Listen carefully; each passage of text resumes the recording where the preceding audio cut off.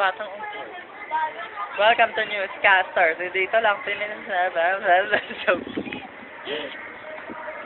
Aakyat po tayo. May mga batang unggoy.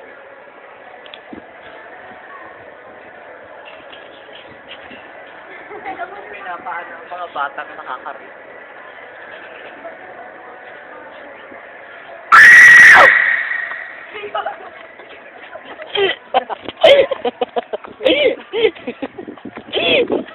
Buhay nakaupo lang tayo dito.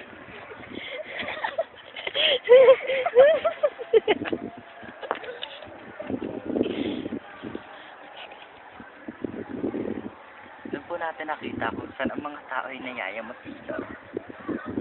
Oh my God, tignan nyo may mga nag-like na yun. So hard.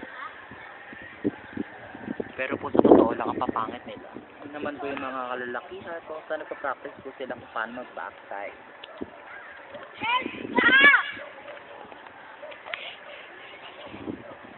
Kaki. Mukha po atang hindi sila natabla ng akin. Natry naman po natin umakyat sa 10 feet. Wait lang po